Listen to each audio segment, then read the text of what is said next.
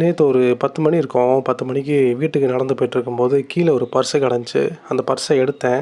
உள்ளே கொஞ்சம் பணமும் ஒரு லெட்டரில் வந்து கால் மீ அப்படின்னு சொல்லிட்டு ஒரு நம்பர் எழுதியிருந்துச்சு. நானும் அந்த நம்பருக்கு கால் பண்ணி பேசினேன். ஒரு வயசானவர் பேசினார். என்ன சொன்னார்னா, "இந்த வீடு பக்கத்தில் தான் இருக்குது. பர்ஸை கொண்டாந்து கொடுக்க முடியுமா?" அப்படின்னு கேட்டார். நானும் சரி ஓகே அப்படின்னு சொல்லிட்டு அந்த பர்ஸை எடுத்துகிட்டு அவர் வீட்டுக்கு போய் கொடுத்துட்டேன்.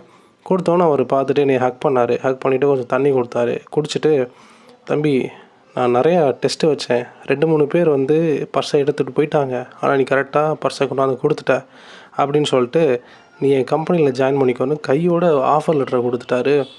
"என்ன சார்?" அப்படின்னு கேட்டதுக்கு, "ஆமாப்பா, இந்த காலத்தில் நல்ல மனுஷங்களை பார்க்குறதே அரிது. உன்ன மாதிரி நல்ல மனுஷன் தான் என் கம்பெனிக்கு தேவை." அப்படின்னு சொல்லிட்டு உடனே ஆஃபர் லெட்டர் கையில் கொடுத்துட்டாரு, நல்ல பேக்கேஜோட. ஸோ இந்த மாதிரி சம்பவம் ஏதாவது நடந்துச்சு அப்படின்னா, தயவுசெய்து பர்ஸை எடுத்துகிட்டு கொண்டு போய் ஓனர் கையில் கொடுத்துருங்க. உங்களுக்கும் ஆஃபர் லெட்ரு காத்துட்ருக்கு.